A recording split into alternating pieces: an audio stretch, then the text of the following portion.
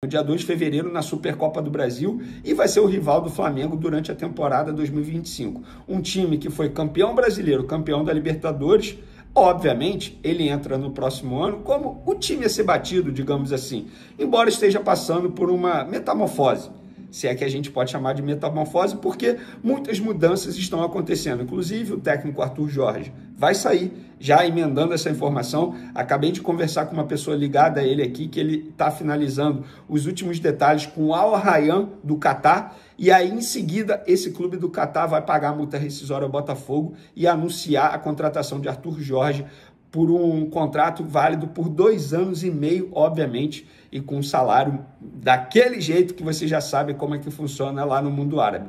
Então, o Botafogo perdendo o treinador, perdendo também alguns jogadores que já se despediram, o próprio Botafogo renovando muito o elenco, e vai perder o Luiz Henrique também, o atacante, que foi eleito, inclusive, o Rei da América nesse dia 31 de dezembro. E aí eu estava conversando com uma pessoa para saber sobre o futuro dele, até porque o Fabrício Romano, que é especializado em mercado de transferência, noticiou o interesse da Fiorentina, mas o John Textor não aceitou pelos valores. Lembrando que o Luiz Henrique pertence ao grupo do John Textor. Inicialmente ele veio para o Botafogo para depois ir para a Europa para vestir a camisa do Lyon, e é isso que vai acontecer. Em 2025, segundo eu apurei, ele não fica no Botafogo.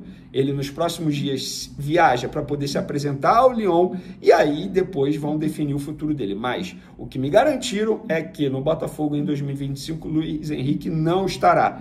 E eu vejo muita gente, óbvio, que também tem um lado torcedor para poder zoar o rival, mas eu vejo muita gente, entre aspas, zoando e criticando o Botafogo, chamando de clube satélite. Gente, o Botafogo faz parte de um grupo, tá? Ali nesse grupo tem vários times.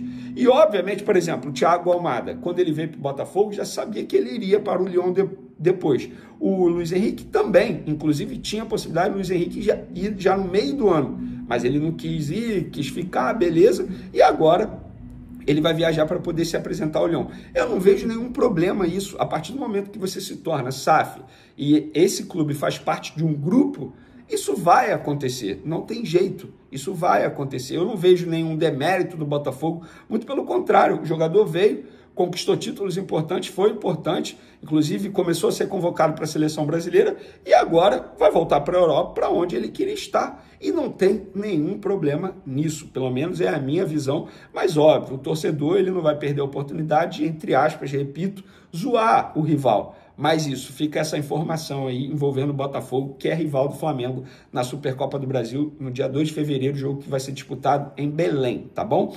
Vamos lá, informação sobre o Lassina Traoré, o atacante que pertence ao Shakhtar. A atualização que eu tenho é a seguinte: o Flamengo não vai avançar na negociação por esse jogador. Existia sim o interesse, existia sim a possibilidade do Flamengo tentar o empréstimo, mas foi o que eu falei no vídeo de ontem. O José Boto, que é o novo dirigente do Flamengo, iria sondar a situação clínica do jogador que passou recentemente por um grave problema no joelho, uma cirurgia muito grave, e aí um problema sério, e com isso o José Boto entendeu, após fazer essa análise, essa verificação, essa consulta, entendeu que a parte clínica do jogador ainda preocupa e que teoricamente não vale o risco de contratá-lo agora mesmo que seja por empréstimo. Então o jogador a priori está descartado, tá, da diretoria do Flamengo. Ah, Vene, e o Firmino? O Firmino continua na mira, mas o Firmino é um caso, digamos, mais complexo, porque depende também do lado financeiro. Ele tem contrato longo com o clube lá da Arábia Saudita, até 2026, ele recebe um alto salário, então teria que ter uma negociação extremamente desgastante para poder conseguir a contratação desse jogador, mas o jogador continua na mira, ele continua em pauta no Flamengo. Essa foi a palavra utilizada para mim, que eu vou repetir aqui para vocês. O jogador continua em pauta. Tem negociação em andamento? A informação que eu tenho até o dia 31 de dezembro de 2024, não, mas é um jogador que está em pauta. É totalmente diferente do Lassina Traoré, que não está mais em pauta, foi, entre aspas, descartado por conta dessa situação clínica dele que preocupa. E para finalizar nosso vídeo, galera, um vídeo rápido para fechar esse ano maravilhoso de 2024, José Boto. Eu vi ontem, por exemplo, eu até destaquei essa declaração dele, que eu acho que foi uma declaração extremamente importante, que ele falou, para mim foi a mais importante até. Ele falou o seguinte, chamou responsabilidade, tá? O Felipe Luiz foi uma escolha minha e se falhar a culpa é minha. Alguém tem que ser responsável quando o treinador falha, não só ele. Porque isso é fácil, muda de treinador 11 vezes e ninguém tem culpa, fecha aspas. Ele tá certo. O que ele está querendo dizer? Que a antiga gestão a todo momento mudava treinador.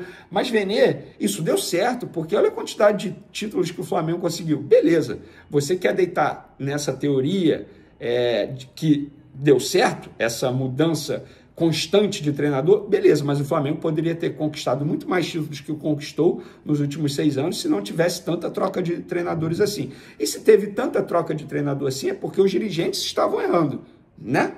Eu acho que o José Boto está certo. Que se o Felipe Luiz não der certo, que foi uma escolha dele, ele tem que ser cobrado, não só o Felipe Luiz. A culpa não é só do treinador. É muito fácil. Errou, troca de treinador. Fica nessa troca constante. Não é assim.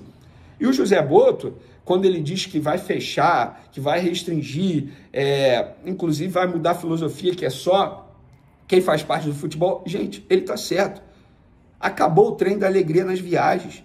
Repara só que nos últimos anos, nas viagens do Flamengo, era um trem da alegria danada. Um monte de gente que nem deveria estar lá viajando.